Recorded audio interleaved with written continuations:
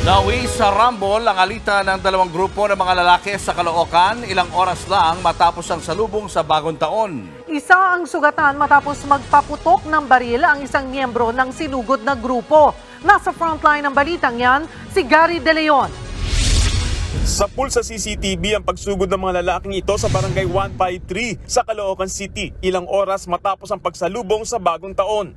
Ang mga kabataang nakatambay sa Batangas Alley nagulat sa pagsugod ng mga lalaking galing sa barangay 148. Maya-maya nagpang-abot na ang dalawang grupo. Dito na nagsimula ang rambol at batuan ng mga silya. Sa isa pang kuha ng CCTV, isang lalaki sa sulok ng Batangas at Cavite Alley ang makikitang nagpaputok ng baril. Hindi na nakita sa video pero isa sa lalaking sumugod ang tinamaan. Agad umalis ang mga sumugod pero naharang sila ng kaaway na grupo at pinagbubugbog ang isa nilang kasamahan. Dito na muli nagkaroon ng rambulan. Sa investigasyon ng Caloocan Police, may reunion ng mga sumugod na lalaki sa barangay 148 nang biglang magsumbong ang isa nilang kasamahan. Sinaktan daw siya ng isang lalaki na taga barangay 153 dahil sa galit, rumesbak ang grupo. Dahil itong isang kasama nila ay napalo daw allegedly ng kabilang grupo.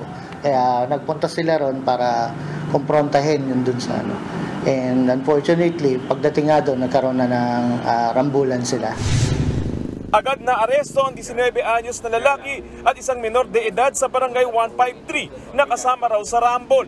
Pero depensa nila, nadamay lang sila. Nagka-riot lang naman po doon, sir. Nagiinom po kami. Tapos nung nagka-riot na po, doon na po tumakbo na, nagtakbuhan na lang po. Tapos bandang uli, nagkabaril na lang. Nagsisisi naman daw siya dahil nakisama pa siya at nakiusyoso sa rambulan. Kakauwi ko lang, galing ako na probinsya. Bago na ako, sir. Hindi na talaga ako tatambay. Pinagaanap pa ng mga pulis ang mismong gunman at 7 pang sospek.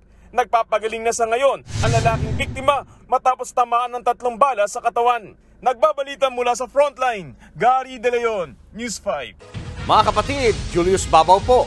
Huwag maging huli at maging una sa lahat ng balitaan. Para sa tuloy-tuloy na talakayan sa Frontline, mag-follow at mag-subscribe sa social media pages ng News 5.